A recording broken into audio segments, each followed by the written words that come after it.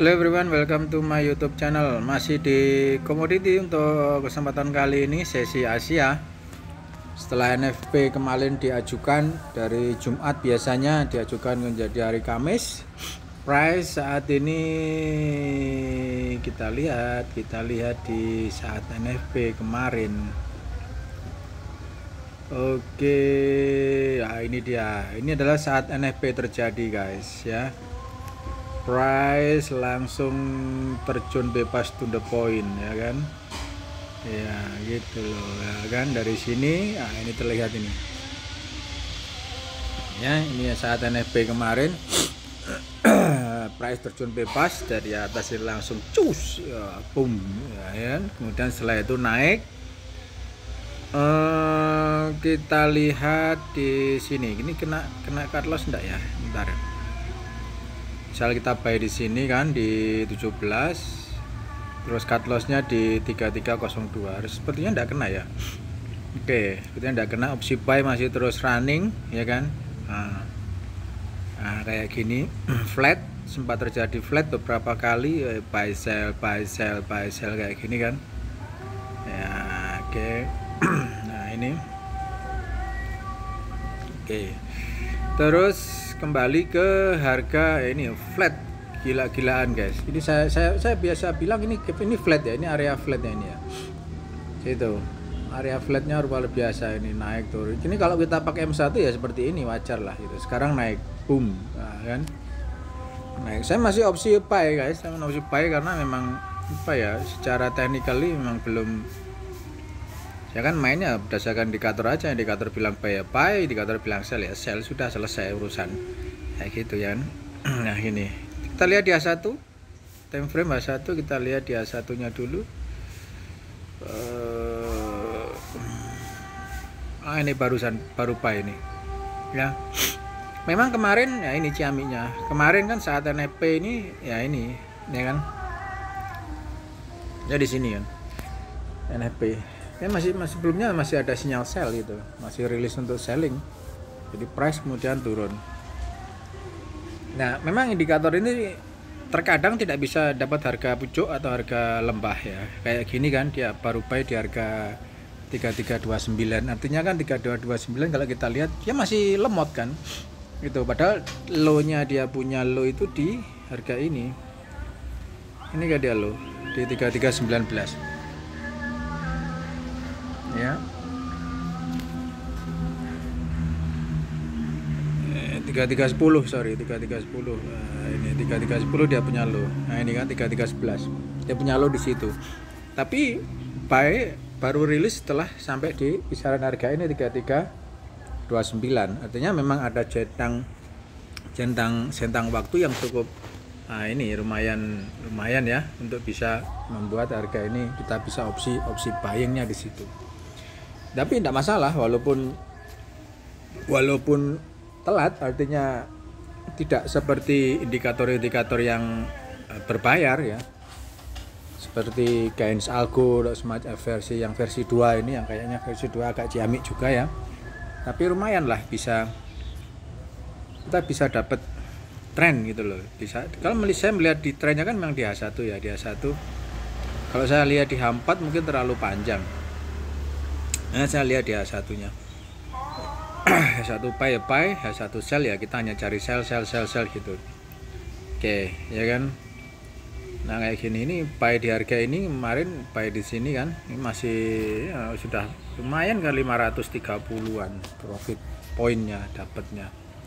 Nah ini sudah opsi buy rilis lagi 33. Cuman yang jadi satu permasalahan adalah di sini tidak ada fair value gap untuk sebagai pemantik buy, itu loh masalahnya kan di situ. Harusnya di area ini nanti muncul di area ini nanti bisa muncul fair value gap gitu teman. Saya tidak tahu lagi apakah nanti akan muncul setelahnya di price ini, mungkin price yang kedua di sini mungkin nanti akan muncul fair value gap, bisa jadi seperti itu. Nah ini bisa nanti di H1 kita bisa opsi buy. Cut loss di mana? Cut lossnya ya di, kalau H1 ya pakai aja yang di sini aja, pendek-pendek aja enggak apa-apa ya. Yang di ini berarti buy-nya kan di sini. cut lossnya di area ini, sesuaikan 3319 ini aja, enggak apa-apa itu. Oke, nanti seperti itu planningnya untuk beberapa waktu ke depan. Sisi ini hari Jumat ya, apalagi US libur ya.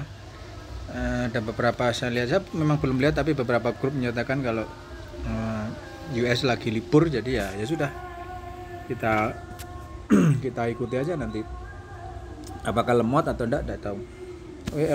US libur, tapi yang penting Eropa libur aja enggak masalah, nanti kita bisa ikut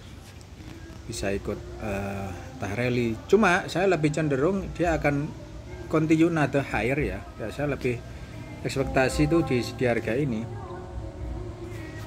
ya, di sini dia akan naik sampai ke ini 3364 lah minimal. Coba lihat ya, bentar. Nah ini terlalu panjang. Saya ekspektasi dia akan naik ke 3366 minimal ini ya, minimal dia. Karena apa, di 66 ini dia akan nutup fair value gap yang ada di atas. Dia ada fair value gap di 3366 di sini ya. Ini saya lebih ekspektasi, di sini ada fair value gap. Saya lebih ekspektasi kalau hari ini mungkin ya, atau kalau tidak bisa hari ini mungkin ditambah nanti minggu depan, dia akan nutup gap sebelum nanti bisa continue another low lagi. Itu ekspektasinya seperti itu. Cuman kalau dia nutup gap hari ini di 3366, maka ya mungkin kalau terjun bebas ya akan dalam juga. Tapi setelah itu kita harus melihat, berhati-hati, karena kembali di 3410 atau 34 berapa ini, 34 ini adalah targeting area, 3405 ini sebagai next area untuk target. Cuman ya kalau bisa turun dulu lah, secara rule-nya turun dulu, nanti baru kita bisa buy di harga bawah. Sekali lagi, buy sell kita harus melihat adanya fair value gap itu. Kalau tidak ada fair value gap, sepertinya kita harus skip terlebih dahulu, atau kita cari di lower time frame di M15 kayak gitu. Ini juga tidak ada fair value gap ini. Nah ini ada FVG, ini belum di touch ya, FVG nya, fair value gap nya ini masih clear ya, sehingga nanti bisa kita kalau mau sell di atas nanti ya, di targetnya yaitu di fair value gap yang ini. Oke. Cuma sekarang saya lebih ekspektasi untuk bisa continue another higher sebelum nanti akhirnya dia akan nutup gap yang ya 33. Saya kira kalau XAU USD 3366 kayaknya gampang sih ya, gitu, kayaknya gampang banget ini. Itu cuma kita lihat nanti sesi Eropanya pergerakannya bagaimana, karena emang kalau di US nya lemot atau libur ya mungkin bank-bank sentral di bank-bank di US mungkin lagi libur lah ya. Cuman ya enggak tahu lagi kita. Yang jelas saya tidak berdasarkan fundamental, tapi berdasarkan indikator saja, bukan main feeling tapi indikator aja. Indikator bilang buy ya kita buy, indikator sell ya kita sell aja. Kalau mau terjauh pakai stop lossnya di H1 kalau mau terjauh kayak gini ya kan, 3319 padahal 3338, berarti sekitar punya berapa poin, 200 poin untuk stop loss. Ini kalau mau terjauh. Nah karena apa, kalau kita pakai terjauh maka setidaknya nanti akan ada price itu ini apa, ada selisih sedikit lah untuk bisa apa, nutup gitu loh. Contohnya gini, contohnya ini longnya mana ini, nah ini kan ya, ini kena SL ya kan, kena stop loss ini, tapi memang price masih naik, macam enggak berubah gitu. Ya kan, ambil contoh yang paling enak ini, kita ambil contoh ini aja lah, ini ya kan, ini juga kena stop loss,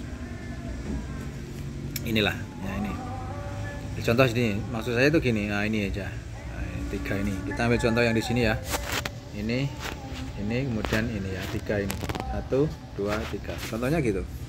Jadi ketika kita buy, ya kan, garis hitam ini kita buy di sini, ya kan. Kemudian stop lossnya ada di line yang ada di sini, ya. Kita pakai stop loss di situ kalau mau pakai stop loss ya. Ketika price naik seperti ini, ya kita biarkan kita profit no. Gitu. Terus ketika muncul lagi satu sinyal selling, ya. Nah, ini kita bisa sell di harga ini. Sama, kita bisa sell sehingga stop loss yang di sini ini kita bisa kita hapus. Kita biarkan float sampai ini juga sama. Open yang di sini tidak pakai stop loss. Jadi hanya sell aja. Berarti di sini ada buy, di sini ada sell. Ya. Kalau dia naik lagi panjang, nanti nutupnya juga gitu sama. Ketika ada sinyal sell, baru nanti kita bisa tutup. Gitu. Ya, itu cara yang paling mudah seperti itu. Cuman sekali lagi kita trader kan kita biasanya punya psikologis ya. Ya ini yang kadang repot nih ya, psikologis yang masih main ini kadang repot. Susah memang kita bisa menghilangkan psikologis itu memang susah. Makanya karena kita ekspektasi ya, berekspektasi gold itu XAU akan turun. Ya kan? Ekspektasinya kita XAU akan turun, tapi nyatanya ya sekarang malah 33, 37 gitu. Ya, ekspektasinya turun kenapa ya? Karena di sini ada candlestick panjang. Ini sebagai indikator bahwa dia akan turun. Memang seperti itu. Ada reasonnya jelas.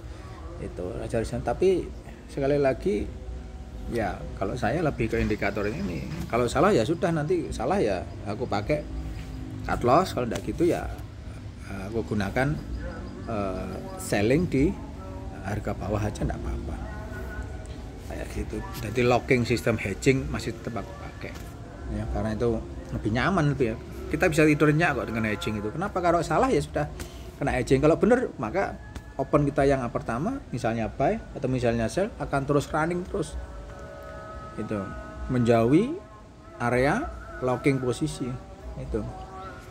Contoh kayak gini, misal kita selling di harga ini, ya kan, lockingnya di harga ini misal. Ya sudah, kalau salah ya sudah. Kena locking kan, tidak apa-apa gitu loh. Kita bisa tidur dengan nyenyak. Kalau salah maka dia price akan naik, nutup daripada kita punya buy di atas. Ya paling minimal berapa sih jaraknya sini dan sini kan tidak terlalu panjang juga gitu. Ya, tapi kalau benar ya kayak gini, turun bisa jauh. Itu fungsinya locking posisi sehingga kita tidak akan sering-sering buka chart ya. Gitu. Ya, sekarang 3338, enggak tahu apakah ini, saya yakin akan break ini. Saya berekspektasi tinggi ya kayak tadi ya, ekspektasi retail kan ekspektasi tinggi dia akan break daripada fair value gap. Gitu. 9 menit lagi, saya yakin 9 menit lagi tidak bisa turun maka akan terbentuk satu fair value gap baru untuk buy. Maka fokusnya kita nanti adalah buy lagi, nambah buy enggak apa-apa. Itu jangan lupa like, comment, subscribe di my YouTube channel. Oke, kalau ada pertanyaan silakan komen aja di bawah. Have a nice day, bye.